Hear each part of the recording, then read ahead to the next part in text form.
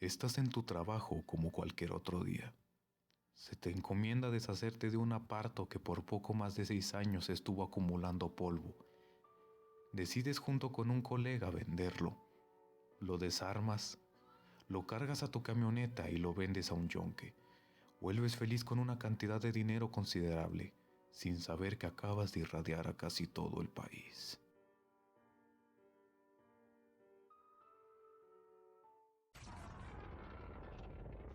¿Cuándo sucedió? Se suele hablar mucho de la explosión del reactor en la planta nuclear en Chernobyl alrededor de 1986, sin saber que años antes ya había pasado un caso bastante similar.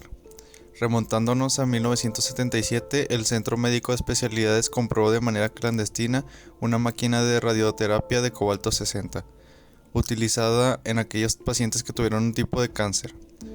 Por falta de personal capacitado nunca se llegó a usar. Oculta en el sótano del complejo permaneció un monstruo de radiación dormido por poco más de 6 años. No fue hasta el año de 1983 que alguien tuvo la valentía de despertarlo. Cobalto 60. Creo que es el momento clave para explicar que el cobalto 60 es un isótopo radioactivo sintético que emite rayos gamma. Según el Organismo Internacional de Energía Atómica, o IEA, el 60Co es, junto con el cesio 137, la mejor fuente de radiación gamma debido a su elevada energía y sus largos periodos de semidesintegración. Es muy útil en la medicina y la industria, pero es altamente tóxico y peligroso, y la exposición puede causar la muerte. La primera mexicanada. Fue el 6 de diciembre del 83, cuando Vicente Sotelo, empleado de mantenimiento del hospital, entra a la bodega donde se encontraba almacenada la maquinaria, buscándola precisamente a ella, pues el jefe de mantenimiento, Arturo Guerrero, se la regaló para que, según sus propias palabras, sacaran para las sodas. Sotelo llamó a su compañero intendente Ricardo Hernández y juntos desvalijaban la maquinaria de cobalto 60, golpeándola con un martillo. Sí, un martillo. Es increíble que se les pasaba por la cabeza que eso era una buena idea. Abrieron el cabezal que contenía 100 kilos de isótopo radiactivo. También a martillazos, cabe aclarar. Y con este acto liberaron 6.010 cilindros de 1 por 2 milímetros que tenían una fuerza reactiva de 1.003 curries. Para que quede claro, la cantidad necesaria para que el cuerpo sufra daño es de un curry. Notaron que el cilindro brillaba y boteaba tonos azules, así como el sentir de un sabor metálico en la lengua, además de que comenzó a hacer mucho calor, a pesar de que esa labor la estaban llevando a cabo en lo que fue descrita como una noche fría. Nada de esto los detuvo. Subieron los fierros a una camioneta Datsun blanca, propiedad del hospital, para llevarlos a vender al Yonke Phoenix.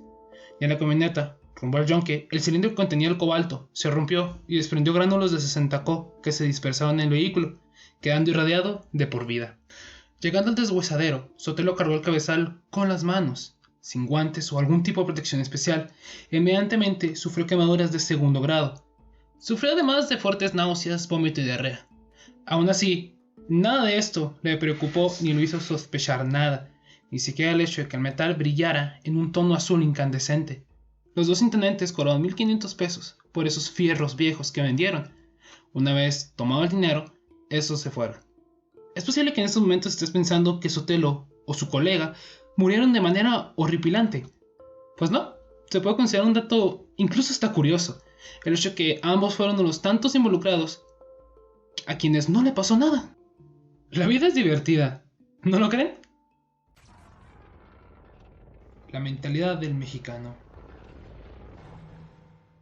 Si hasta aquí piensas que las cosas van por un camino bizarro, espera a escuchar el resto. El intendente comentó lo siguiente. Cuando la llevé al yonque no vi que se me hubiera desprendido nada. Me acuerdo que de regreso se me descompuso la camioneta y la dejé junto al río Bravo 2 días. Luego me la llevé a la casa y allí quedó estacionado unos 3 meses porque me robaron la batería. Durante todo este tiempo, la camioneta sirvió de punto de reunión para los niños que jugaban sobre ella y los autos que platicaban sentados en el cofre y la caja. Mientras tanto, en el yonke Phoenix usaban imágenes gigantes para manipular la chatarra, entre cuyos fierros retorcidos se encontraban los metales contaminados por la bomba de cobalto 60. Al primer contacto del imán con las glándulas radioactivas, se irradiaba y transmitía la energía a otros metales con los que tenía contacto. El procedimiento se dio una y otra vez hasta que 6.000 toneladas de material fueron contaminados sin que nadie supiera lo que estaba pasando. Propagación radiactiva. La chatarra radiactiva fue vendida y enviada a dos fundiciones, Acero de Chihuahua y Falcon de Juárez. Se calcula que se produjeron alrededor de 3.000 bases para mesas y 6.600 toneladas de varilla con material contaminado, que posteriormente se empaquetaron, distribuyeron y vendieron a más de la mitad de los estados del país, además de que se quiso exportar una pequeña parte a los Estados Unidos. Recibimos 1984.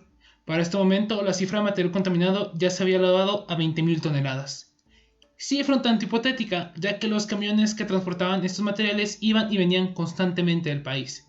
Se enviaron varillas a Chihuahua, Sonora, Sinaloa, Baja California Norte, Baja California Sur, Coahuila, Nuevo León, San Luis Potosí, Jalisco, Zacatecas, Tamaulipas, Querétaro, Durango, Hidalgo y el Estado de México. El descubrimiento. El 16 de enero de 1984, un transportista que llevaba varilla irradiada, fabricada en Achisa, a Estados Unidos, se perdió en las carreteras de Nuevo México, Estados Unidos. Este pasó por el Laboratorio Nacional de Los Álamos, exacto donde se fabricó la bomba atómica. Su carga disparó los detectores de radioactividad del laboratorio. El camino no llegó a entrar al estado norteamericano. Después de una investigación, los estadounidenses llegaron a la conclusión que había sido la varilla de Achisa la que disparó sus alarmas y notificaron a la Comisión Nacional de Seguridad Nuclear y Salvaguardias de México, quien 2 días después, el 18 de enero, ordenó a Achisa suspender la distribución de varilla fabricada hasta verificar que no se encontrara contaminada. Tras lo ocurrido, el 26 de enero de 1984, el personal de la CNSNS detectó que un Datsun abandonado con niveles de radiación de hasta 1000 Rangers por hora. Para que quede claro, esta cantidad de radiación era superior a la dosis a la que vieron expuestos los trabajadores de Chernobyl que murieron en un mes. Debido a que se encontraba en una zona con una densidad de población alta, esta fue transportada mediante una grúa hacia otra localización. El chamizal. La corrupción y chantaje. Creo que ha quedado claro que la nación mexicana no se percataba de la intensidad del problema, pues anudado a eso, la única manera de proteger la irradiada camioneta fue colocar a 2 oficiales de policía de manera de guardias. Las autoridades dieron con Sotelo, confirmado que, si se trataba de su camioneta, y que trabajaba en el Centro Médico de Especialidades, mas nunca reveló el hecho de haber perforado la bomba de cobalto 60 con un martillo. Obviamente esto se volvió noticia, no nacional sino mundial, ocasionando la enemistad total de los vecinos hacia Consotelo. Las autoridades fueron al hospital a buscar rastros de la radiación, pero no encontraron nada. Evidentemente, nadie dijo nada sobre la compra ilegal de aparato en 1977. Entonces, la cúpula del Centro Médico de Especialidades mandó a traer a Vicente en la noche para que hiciera un trabajo. A corrupción y chantaje. Sotelo, en una entrevista a Proceso en 1984, comentó: Un día de enero vinieron como a las 12 de la noche a buscarme 2 vigilantes del centro médico. Me dijeron que me ocupaban en el trabajo y los acompañé. Ahí estaba el doctor Lemus, el señor Méndez, administrador del centro médico, el ingeniero Guerrero y un licenciado. El licenciado no paraba de acosarme a preguntas para después entregarme una declaración donde yo confesaba que había sido el que había robado la bomba. Al principio me negué rotundamente, pero todos estaban encima de mí, gritándome y amenazándome, y después de 3 largas horas me decliné a firmar. Más adelante se menciona que, según declaraciones de Sotelo, no había ningún letrero que indicara algún tipo de advertencia. El doctor Lemus, miembro del Consejo de Administración del mencionado centro médico, siempre trató de inculpar a su trabajador de los hechos. No creo que nosotros debamos aceptarla. No somos culpables de los actos de un empleado desleal, Dijo a Proceso en su momento.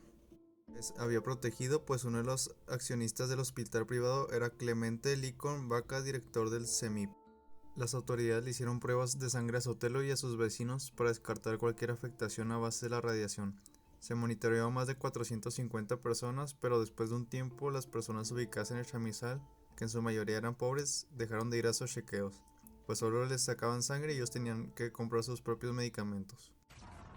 La intervención del Titán, Estados Unidos. La corrupción, característica principal de nuestra nación, frenó cualquier búsqueda de culpables. Pero eso no le afectó a Estados Unidos. Los estadounidenses encontraron la factura de la máquina para terapia y las enviaron a las autoridades mexicanas. Cuando se supo toda la historia del desmantelamiento del aparato y su venta como fierro viejo, las autoridades locales procedieron a la clausura del Yonke Fénix. A partir de este momento es cuando todo se salió de control.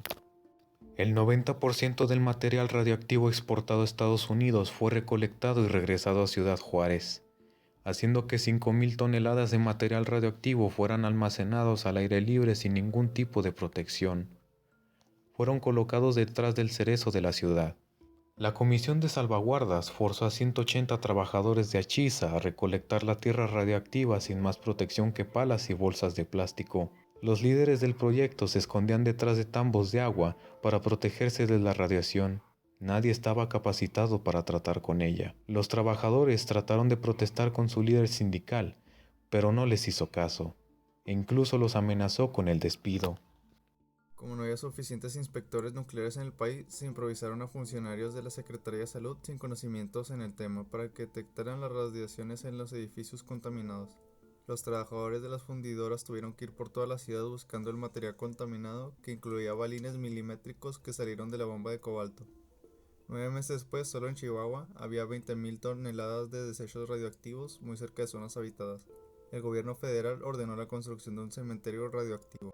Como era de esperarse en nuestro querido México, el PRI y el PAN, junto con otras organizaciones de industriales locales, comenzaron a pelearse para ver quién se queda con el dinero del proyecto que iba a construirse en un terreno que colindaba con el de dos de los hombres más ricos de la región. La construcción del cementerio nuclear en terrenos federales colindantes con las grandes extensiones adquiridas por promotores de la industria chihuahuense, propiedad del gobierno del estado, Asbestos Monterrey y Jaime de Bermúdez, cabeza de la industria maquiladora, es bueno, pero puede frenar el desarrollo industrial de Ciudad Juárez, por lo que se han aceptado las proposiciones de la IP para revocar dicha construcción. Fue el pretexto con el que los miembros del PRI frenaron la construcción que terminaría haciéndose en el área conocida como el Ferguel.